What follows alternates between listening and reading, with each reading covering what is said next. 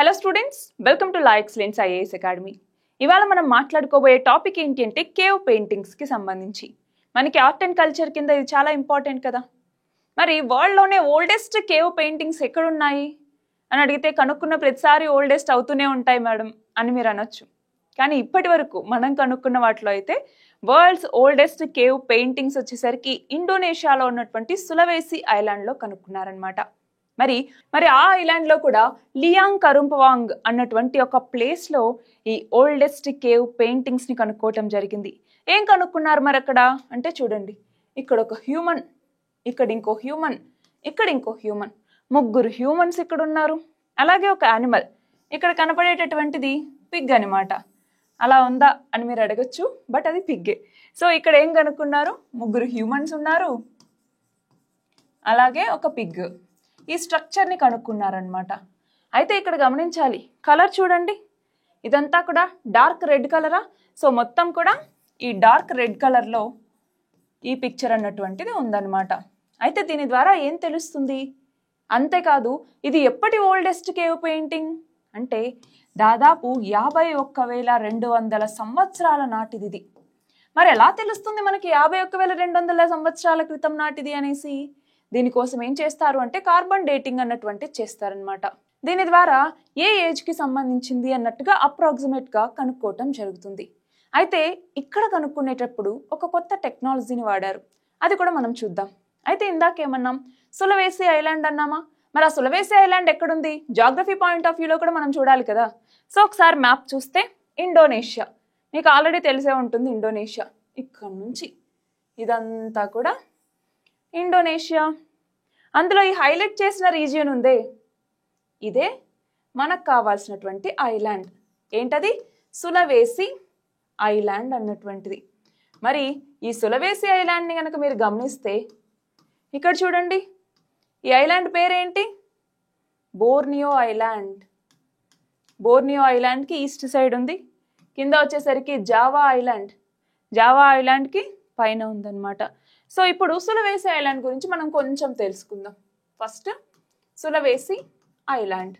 ఈ Sulawesi island మీకు already తెలుసు, ఇప్పుడే చెప్పాను, ఇండోనేషియాలో ఉంది. మరి ప్రపంచంలో ఉన్నటువంటి ఐలాండ్స్ ఏవైతే ఉంటాయో అంటే వరల్డ్స్ లార్జెస్ట్ ఐలాండ్స్ ఉంటాయి కదా. మరి వరల్డ్స్ లార్జెస్ట్ ఐలాండ్స్లో ఈ సులవేసి అన్నటువంటిది 11th పొజిషన్లో ఉందన్నమాట. అంటే 11th largest island in the world. A island, Sulawesi island. అంతేకాదు మీరు కనుక కరెంట్ అఫైర్స్ నీట్గా ఫాలో అవుతుంటే ఇంకొక న్యూస్ కూడా సులవేసి ఐలాండ్స్ గురించి మీకు తెలిసి ఉంటుంది. ఏంటది, సులవేసి ఐలాండ్స్లో ల్యాండ్ స్లైడ్స్ అన్నటువంటివి రావటం జరిగింది. ఆల్మోస్ట్ ఇప్పటికే 14 మందికి పైగా చనిపోయారు అన్నటువంటి న్యూస్ మీరు వినే ఉండాలి.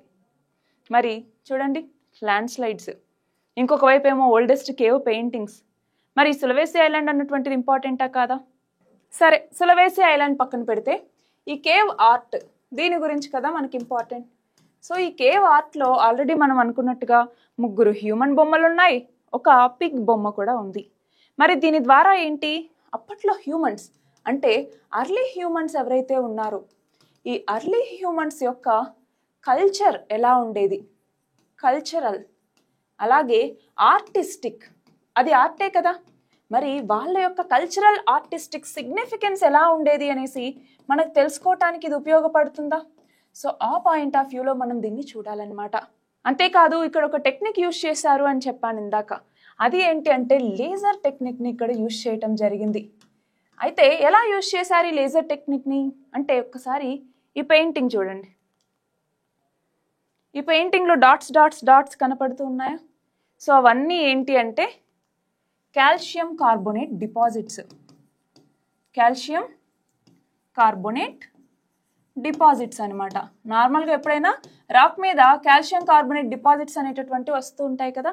అయితే ఇక్కడ ఉన్నటువంటి ఆ కాల్షియం కార్బోనేట్ డిపాజిట్స్ని మనము కేవ్ పాప్కార్న్ అని కూడా పిలుస్తూ ఉంటాం, కేవ్ పాప్కార్న్ అనేసి. సో మరి లేజర్ను ఉపయోగించి దీన్ని ఎలా తెలుసుకుంటారు అంటే ఈ కాల్షియం కార్బోనేట్ డిపాజిట్స్ని రిమూవ్ చేసినప్పుడు ఆ కాల్షియం కార్బోనేట్ యొక్క ఏజ్ తెలుసుకున్నాం అనుకోండి, ఆ పెయింటింగ్ యొక్క ఏజ్ అన్నటువంటిది అంటే మినిమం ఇంత ఏజ్ ఉంటుంది అన్నట్టుగా మనకు తెలుస్తుంది, అవునా. సో ఇక్కడ కూడా ఏం చేశారు అంటే ఆ డిపాజిట్స్ని తీసుకొని అందులో యురేనియం అలాగే థోరియం వీటి యొక్క రేషియోని తీసుకున్నారనమాట.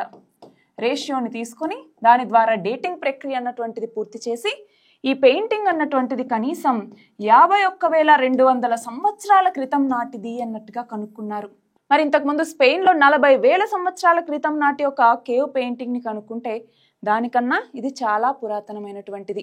మరి ఇప్పుడు మీరు చెప్పండి, మన ఇండియాలోకి వచ్చేసరికి ఇండియాలో ఓల్డెస్ట్ కేవ్ పెయింటింగ్స్ అన్నటువంటివి ఎక్కడ ఉన్నాయి? సరే, ఆన్సర్ నేనే చెప్తాను. భింబేత్కా కేవ్స్. అవునా? భింబేత్కా కేవ్స్. సో ఇంకొక క్వశ్చన్ అడుగుతాను. అది ఏంటంటే పద్మపాణి